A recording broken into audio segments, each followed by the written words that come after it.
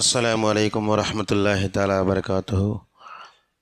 அல்ஹம்துலில்லாஹ் அல்ஹம்துலில்லாஹி ரப்பில் ஆலமீன் வல் ஆகிபத்து லில் முத்தகீன்.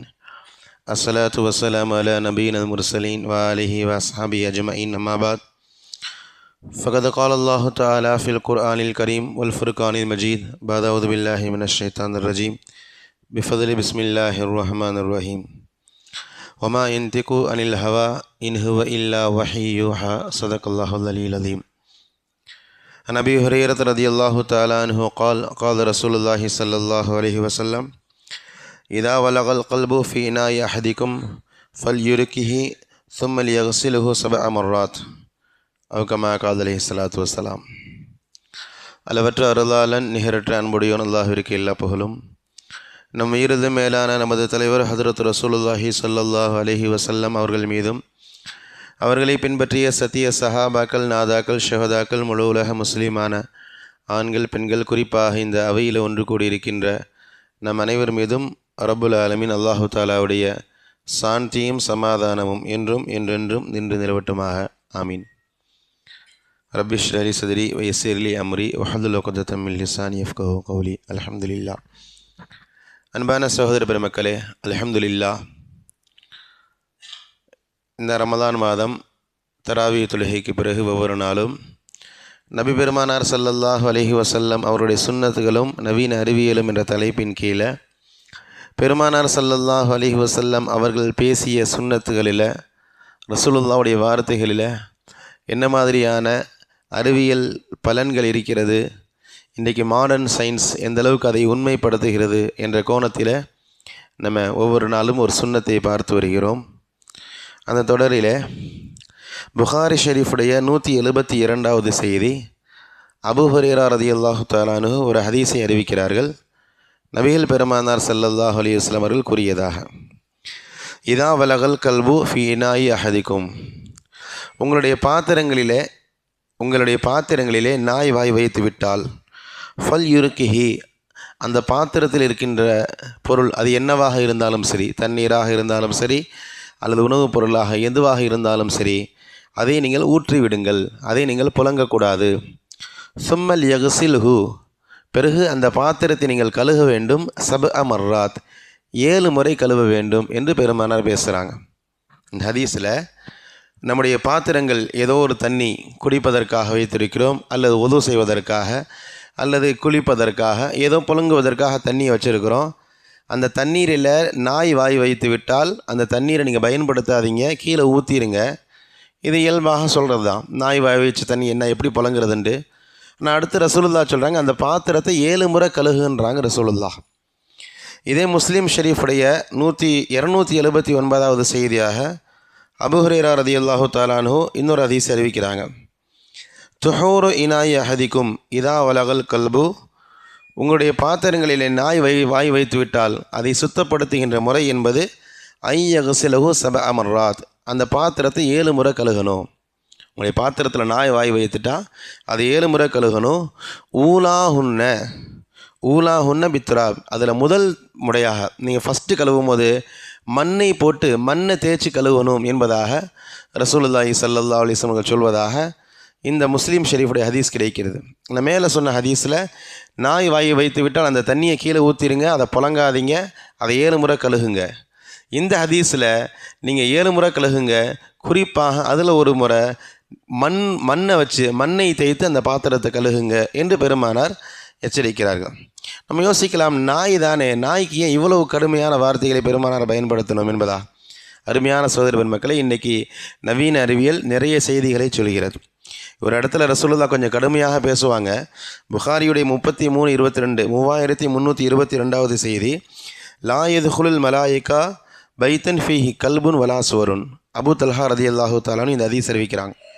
எந்த வீட்டில் உருவப்படங்கள் இருக்கிறதோ, எந்த வீட்டில் நாய் இருக்கிறதோ அந்த வீட்டில் மலக்குமார்கள் வரமாட்டார்கள், ரஹமத்துடைய மலக்குமார்கள் வரமாட்டார்கள். உருவப்படங்கள் வச்சுருந்தோம், அது ஃபோட்டோ ஃப்ரேமாக மாட்டி வைக்கிறதா இருக்கட்டும் அல்லது சிலைகளாக இருக்கட்டும், இது மாதிரி உருவங்கள் இருந்தால் அந்த வீட்டில் மலக்குமார்கள் வரமாட்டார்கள், நாய்கள் இருந்தாலும் வரமாட்டார்கள். மார்க்கத்தில் நாயை வீட்டில் வளர்க்கிறதுக்கு அனுமதி இல்லை. அது நாய் வீட்டு வளர்ப்பு பொருளே அல்ல, அது வீட்டு பிராணி அல்ல. ஒருத்தர் வேட்டையாடுவதற்காண்டி பயன்படுத்துகிறாருன்னு சொன்னால் அது தோட்டத்தில் வைத்துக்கொள்ளலாம், அல்லது தோட்டத்தில் ஆடு மாடுகளை நம்ம வச்சுருக்கிறோம், பாதுகாப்பிற்காக நாய் வைத்துக்கொள்வதாக இருந்தாலும் பரவாயில்லை.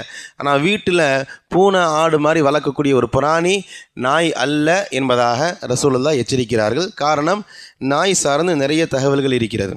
அருமையான சகோதர மக்களே, முதல்ல ஒரு விஷயத்தை விளங்கணும். இஸ்லாம் நாயை நஜீஸ் என்கிறது. அதாவது பிராணிகளை பொறுத்து அதனுடைய அமைப்புகள் மாறும். ஒது செய்வதற்கான தண்ணியில் ஒரு ஆடு மாடு வாய் வச்சுட்டா பரவாயில்லை, நம்ம அதில் ஒழு செய்து கொள்ளலாம், அதை கழுவி கொள்ளலாம். ஆனால் நாய் பன்றியை வாய் வச்சுட்டா அதில் ஒழு செய்ய முடியாது. கிட்டத்தட்ட பன்றியை என்ன கேட்டகரியில் வச்சுருக்கிறோம், அதுக்கு அடுத்த கேட்டகரியில் இஸ்லாம் நாயை வைத்திருக்கிறது என்பதுதான் நாய் பற்றி நமக்கு இஸ்லாமிய ஷரியத்தில் மார்க்கத்தில் கிடைக்கின்ற தகவல். இப்போ ஜேர்னல் ஆஃப் கிளினிக்கல் மைக்ரோபயாலஜி என்ற அமைப்பு நாயை பற்றி ஆய்வு செய்கிறாங்க. முஹம்மது நபி ஸல்லல்லாஹு அலைஹி வஸல்லம் அவர்கள் ஏன் நாயை இவ்வளவு கடுமையாக எச்சரிக்கிறாங்க, நாய் விஷயத்தில் ஏன் இவ்வளவு கடுமையாக பயன்படுத்துகிறாங்க, வார்த்தைகளை பயன்படுத்துகிறாங்க என்பதாக இவங்க ஆய்வு செய்து சொல்கிறாங்க. பொதுவாக எல்லா மிருகங்கள்லேயும் எச்சில்களில் கிருமிகள் இருக்கும். ஆனால் நாய் இருக்கு இல்லையா, இதனுடைய எச்சிலில் இருக்கக்கூடிய கிருமிகள் அபாயகரமான கிருமிகள் வேறு விலங்குகளில் இல்லை என்கிறார்கள். சுமார் 600க்கும் அதிகமான மிக பயங்கரமான மிக மோசமான கிருமிகள், பாக்டீரியாக்கள், வைரஸ்கள் நாயுடைய நாவில் இருக்கிறது என்று பதிவு செய்கிறார். ரொம்ப சாதாரணமான அது வைரஸ்கள் அல்ல, பயங்கரமான பெரிய பெரிய நோய்களை உண்டாக்கக்கூடிய வைரஸ்கள் இல்லையா. ரசூலுல்லாஹ்வுடைய காலத்தில் வைரஸ் பாக்டீரியாலாம் கண்டுபிடிக்கப்படலை. அதிகபட்சம் வைரஸ் பாக்டீரியாக்கெல்லாம் ஒரு 100-200 வருடங்களுக்கு முன்பு கண்டுபிடிக்கப்பட்டிருக்கும். ஆனால் பேசுகிறார்கள் இவர்கள் 600க்கும் அதிகமான மிக மோசமான அதிபயங்கரமான விளைவுகளை நோய்களை ஏற்படுத்தக்கூடிய பாக்டீரியாக்கள் வைரஸ்களும் நாயுடைய நாவில் இருக்கிறது, நாயுடைய எச்சிலில் இருக்கிறது என்பதாக பதிவு செய்கிறார். நீங்கள் வேறு பிராணியுடைய எச்சியை போன்று நாயுடைய எச்சியில் நீங்கள் யோசிக்காதீங்க. நாயுடைய எச்சி அது கடுமையான விஷம் என்கிறார்கள். பொதுவாக பார்க்கலாம், மற்ற விலங்குகள் கடித்தால் கூட அவ்வளோ சீரியஸாக எடுக்க மாட்டோம். ஆனால் நாய் கடித்தா உடனே நம்ம அதுக்கான மருத்துவத்தை பார்ப்போம். ஏன்னா நாய் என்பது நாயுடைய பல்லாக இருக்கட்டும், அல்லது நாயுடைய அந்த எச்சியில் இருக்கக்கூடிய கிருமிகளாக இருக்கட்டும், மனிதனை மவுத்து வரைக்கும் கொண்டு போகின்ற அளவுக்கு மிக பயங்கரமான அபாயங்கள் அதனுடைய கிருமிகள் இருக்கிறது என்பதாக பதிவு செய்கிறார்கள். குறிப்பாக ரேபிஸ் என்ற வைரஸ். இந்த வைரஸ் பொதுவாக நாயுடைய எல்லா நாயிலும் இல்லாட்டி பெரும்பாலான நாய்களில் இந்த நாயுடைய எச்சில்களில் இந்த ரேபிஸ் என்ற வைரஸ் இருக்கும். இது உடம்புல பட்டால் இது பயங்கரமான நோய்களை ஏற்படுத்தும். குறிப்பாக உடம்புல ஏதாவது காயம் இருந்துச்சுன்னு வைங்களேன், காயத்தில் இந்த ரேபிஸ் வைரஸ் வந்துட்டால் அது ரொம்ப வேகமாக உடலில் அது எல்லா பக்கமும் போக ஆரம்பிச்சிடும். ரேபிஸ் வைரஸ் ரொம்ப வேகமாக பரவும். ஒரு உடம்பில் ரேபிஸ் வைரஸ் பட்டுட்டா 30லேருந்து 60 நாள் உடம்பு முழுக்க பரவிடும். முதலாவதாக இது மூளையை போய் தாக்கும்ன்றாங்க. ரேபிஸ் வைரஸ் நாயின் மூலமாக ஏற்படுகின்ற நோய் ரேபிஸ் நோய். இன்றைக்கி நீங்கள் பார்க்கலாம் நாயை வைத்து ஒரு மிகப்பெரிய அரசியல் நடைபெற்று கொண்டிருக்கிறது. உலக அரங்கில் நாயை வைத்து நாயை தடை செய்யணும், நாயை காப்பகத்தில் வைக்கணும் என்பதாக சமூக போராளிகள் போராடினாலும் அதற்கு ஆதரவாக நிறைய மக்கள் அதுக்கு ஆதரவாக இயங்குகிறாங்க. என்ன சொன்னால் அது ஒரு மிகப்பெரிய வியாபாரம். நாயை வைத்து ஒரு மிகப்பெரிய வியாபாரம் நடைபெற்று கொண்டிருக்கிறது. அதனுடைய மருத்துவத்தை வைத்து ரேபிஸ் நோய் இருக்கிறது. ரேபிஸ் என்ற அந்த வைரஸ் உடலுக்குள்ளே போனால் முதல்ல போய் நம்முடைய மூளையை தாக்கும், மூளையை செயலிழக்க வைக்கும், நம்ம நரம்பு மண்டலத்தை முழுக்க பாலாக்கிடும், நம்முடைய தசைகள் எல்லாம் முறுக்கேற செஞ்சிடும், நம்முடைய தசைகள் எல்லாம் இறுக்கமாகிரும், உடம்புகள்லாம் இறுக்கமாகிரும். கிட்டத்தட்ட முதல்ல தொண்டையை பாதிக்கும், தொண்டை பகுதிகள் முழுக்க இறுக்கமாகி பேச முடியாத சூழலுக்கு தள்ளப்படுவோம். அதாவது அவன் பேசுகிறதே நாய் குலைக்கிற மாதிரியான ஒரு அமைப்பு ஏற்படும். பார்க்கவே பாவமாக இருக்கும். ரேபிஸ் நோய் பாதிக்கப்பட்ட நபர்கள், அந்த பையனோ பொண்ணோ யாரையாவது நீங்கள் பார்த்தீங்கன்னா நாயை போல் அவருடைய செயல்பாடுகள் இருக்கும். என்னன்னு சொன்னால் அந்த வைரஸ் உடம்பு பொறுக்க பயங்கரமான பாதிப்பை ஏற்படுத்தும். குறிப்பாக மூளையை அடிச்சிடும், நரம்பு மண்டலத்தை பயங்கரமான ஒரு பாதிப்பை ஏற்படுத்தும், உடம்புல இருக்கக்கூடிய தசைகளை பூரா இருக்க வச்சிடும். தசைகள் ஃப்ளெக்சிபிளாக இருந்தால் தான் மனிதன் இயங்க முடியும். இது ஃப்ளெக்சிபிள் இல்லாமல் எல்லாத்தையும் கரடு முனதாக முறுக்கேற வச்சு பேச முடியாத மாதிரி ஒரு சூழல் ஏற்பட்டுடும். தொண்டை பகுதியை முதல்ல தாக்கும். தொண்டை பகுதியை தாக்கி எச்சியில் கூட முடங்க முடியாது, நரக வேதனை. தண்ணியை பார்த்தாலே ஒரு பயம் ஏற்படும். இந்த ரேபிஸ் நோய் வந்தவர்களுக்கு பார்த்தீங்கன்னு செய்யும், தண்ணியை பார்த்தாலே பயப்படுவாங்க, தூக்கமின்மை ஏற்படும், கடுமையான வாந்தி ஏற்படும். இது முற்றிட்டா இன்றைக்கி 2023 இருக்கிறோம். எல்லா நோய்க்கும் மருந்து இருக்குன்னு சொல்கிறோம். ஆனால் ரேபிஸ் முத்திட்டா ரேபிஸ்க்கு மருந்து கிடையாது. இது வரைக்கும் உலகம் கண்டுபிடிக்கலை. ரேபிஸ் நோயுடைய ஆரம்ப பகுதி உடம்பு முழுக்க பராமல் இருக்கிற வரைக்கும் அதுக்கான மருந்துகள் இருக்கிறது. ஆனால் அந்த ரேபிஸ் என்ற வைரஸ் உடம்புல வந்துருச்சு, ரத்தங்களில் கலந்துருச்சு, மூளையை தாக்கிருச்சுன்னு சொன்னால் ரேபிஸ் நோய்க்கு மருந்தே இல்லை. அவனுடைய மரணம் மிக பயங்கரமானதாக இருக்கும். நம்மளால் பக்கத்திலே போக முடியாது. கடுமையான தொற்று அந்த நோயின் மூலமாக அடுத்தவர்களுக்கெல்லாம் தொற்று ஏற்படும். அந்த வைரஸ் பக்கத்தில் போகிற எல்லாத்தையும் தொற்று ஏற்படும் என்பதாக இந்த ரேபிஸ் நோயை பற்றி பதிவு செய்கிறார்கள். இந்த ரேபிஸ் நோய் பரவுவதற்கு பேசிக்காக இருக்கிறது நாயுடைய எச்சில்கள் என்பதாக பதிவு செய்கிறார்கள். அடுத்தபடியாக இந்த ஹதீஸில் நம்ம ஒரு செய்தியை பார்த்தோம். தண்ணியை கீழே ஊற்றிருங்க, பாத்திரத்தை கழுவுங்க என்பதோட ரசூலுல்லாஹ் முடிக்கலை, மண்ணை போட்டு கழுவ சொல்கிறாங்க. ஏன் மண்ணை போட்டு கழுவ சொல்கிறாங்க என்பதற்கும் இவர்களே ஆய்வு செய்து சொல்கிறார்கள். மண்ணில் சில தனிமங்கள் இருக்கிறது, ஆன்டி பாக்டீரியல் ப்ராப்பர்ட்டிஸ் இருக்குது. மண் சாதாரணமானதல்ல, மண் ஆகப்பெரிய மருந்து. மண்ணை பற்றி நம்ம சொல்கிறோம் இல்லையா, மண் சாதாரணமான மண் இல்லை, மண்ணில் மிகப்பெரிய மருந்து இருக்குது. நீங்கள் யோசித்து பாருங்களேன், இறந்த பிறகு பூமியில் அடக்கம் பண்ணுறோம், உடம்பு அதாவது உடஞ்சி உடம்பு பூரா தண்ணி ஆயிரும், தண்ணி ஆகி புழுக்கள் வெளியாகும். ஆனாலும் மேலே ஏதாவது பிரச்சனை வருமா, நமக்கு அதனால் ஏற்பட வருமானு பார்த்தா அந்த மண் அதை சுத்தம் செஞ்சிடும். எவ்வளவு பெரிய கிருமியாக இருந்தாலும் அந்த கிருமிகளை அழிக்கின்ற ஆற்றல் மண்ணுக்கு இருக்கிறது. இன்றைக்கி நவீன அறிவியல் சொல்கிறது. தண்ணீருக்கு கூட இந்த ஆற்றல் இல்லை.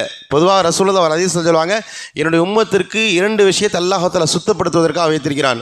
ஒன்று தண்ணீர், இன்னொன்று மண்ணுன்னு சொல்கிறாங்க. தண்ணியில் உது செய்ய முடியலாட்டி நீங்கள் மண்ணில் தயமம் செய்து கொள்ளுங்கன்ட்டு இவர்கள் சொல்கிறார்கள். தண்ணீரை விட மண்ணில் தான் ஆன்டி பாக்டீரியா இருக்கிறது. பாக்டீரியாவை வைரஸை அழிக்கின்ற ஆற்றல் மண்ணுக்கு இருக்கிறது. அதனால தான் எது இறந்தாலும் நம்ம பூமியில் புதைக்கிறோம், அது மண் அதை முழுக்க சுத்தமாக்கிறது. அதனால் எந்த நோயும் பரவுறதில்லை. ஒரு நாய் செத்து போய் வெளியே போட்டோன்னு சொன்னால் அதனால் அந்த பகுதி முழுக்க அது வெடித்து அதுலேருந்து புழு, அதுலேருந்து வைரஸ் வெளியே வந்துச்சுன்னு சொன்னால் அந்த பகுதியவே தொற்று நோய் உண்டதாக ஆக்கிறோம். ஆனால் அதே நாயோ எந்த மிருகமோ குழி தோண்டி புதைச்சிட்டோன்னு சொன்னால் அந்த மண் அதில் இருக்கக்கூடிய எல்லா வைரஸ்களையும் அழிச்சிடும். வைரஸ்களை அழிக்கின்ற ஆற்றல்களில் ஃபஸ்ட்டு கேட்டகரியில் மண் இருக்கிறது. அதனால தான் ரசூலுல்லாஹி ஸல்லல்லாஹு அலைஹி வஸல்லம் அவர்கள் மண்ணை கொண்டு கழுவ சொல்கிறார்கள். கிதாபுகள் எழுதுகிறாங்க, அந்த காலத்தில் மண்ணு தான் இருந்துச்சு, சோப்பு டிட்டர்ஜென்ட்லாம் இல்லை. இன்றைக்கி தான் சோப்பு டிட்டர்ஜென்ட் இருக்குது என்றாலும் கிதாபில் எழுதுவாங்க, சோப்பு டிட்டர்ஜென்ட் போட்டு நீங்கள் பாத்திரத்தை கழுவினாலும் மண்ணை போட்டு கழுவணுன்றாங்க. பெரும்பாலான இமாம்கள் நாய் வாய் வைத்துட்டா நீங்கள் என்ன சோப்பு போட்டு எந்த டிட்டர்ஜென்ட் போட்டு கழுவுனாலும் பரவாயில்ல, மண்ணை கொண்டு கழுவுங்க. காரணம், நாயுடைய கிருமியை வைரஸ்களை அழிக்கிறதுல மண்ணுக்கு மிகப்பெரிய பங்கு இருக்குது என்பதாக பதிவு செய்கிறார். இறுதியாக இந்த ஜர்னல் ஆஃப் கிளினிக்கல் மைக்ரோபயாலஜி இவங்க வெளியிட்ட அறிக்கையில் மண்ணில் பெட்ராக்சைல் பெட்ரோலைட் என்ற மூலக்கூறுகள் இருக்கிறது. இந்த மூலக்கூறுகள் நான் முன்னாடி சொன்ன மாதிரி எப்பேற்பட்ட வைரஸ்களையும் எப்பேற்பட்ட பாக்டீரியாக்களையும் அழிக்கக்கூடிய ஆற்றல் இந்த 2 மூலக்கூறுகளுக்கு இருக்கிறது. இந்த 2 மூலக்கூறுகள் மண்ணில் மட்டும்தான் இருக்குது என்பதாக இவர் பதிவு செய்கிறார். இந்த 2 மூலக்கூறுகள் மண்ணில் இருக்கிறதுனால தான் நீங்கள் மண்ணில் எதை போட்டு புதைச்சாலும் அந்த மண் அதை முழுக்க அழித்து அதை சுத்தமாக்கிடும், கிருமி பரவாமல் இந்த மண் தடுக்கும் என்பதாக இவர்கள் அந்த ஆய்வில் பதிவு செய்கிறார்கள். ரசூலுல்லாஹி ஸல்லல்லாஹு அலைஹி வஸல்லம் அவர்கள் ரொம்ப இலகுவாக இவ்வளவு அறிவியல் எல்லாம் பேசாமல் சிம்பிளாக சொல்கிறாங்க, நாய் வாய் வச்சிடுச்சா பிரச்சனை இல்லை, அந்த தண்ணியை தூக்கி ஊற்றிடு, அதை 7 முறை கழுவு, குறிப்பாக அதில் 1 முறை மண்ணை போட்டு கழுவு என்பதாக ரசூலுல்லாஹ் சொல்கிறாங்க. இன்றைக்கி நவீன அறிவியல் நாயுடைய எச்சிலில் எவ்வளவு ஆபத்துகள் இருக்கிறது என்று பேசுகிறது. இதையெல்லாம் ரசூலுல்லாஹ் ரொம்ப சாதாரணமாக 2 ஹதீஸ்களில் முடித்து விட்டார்கள்.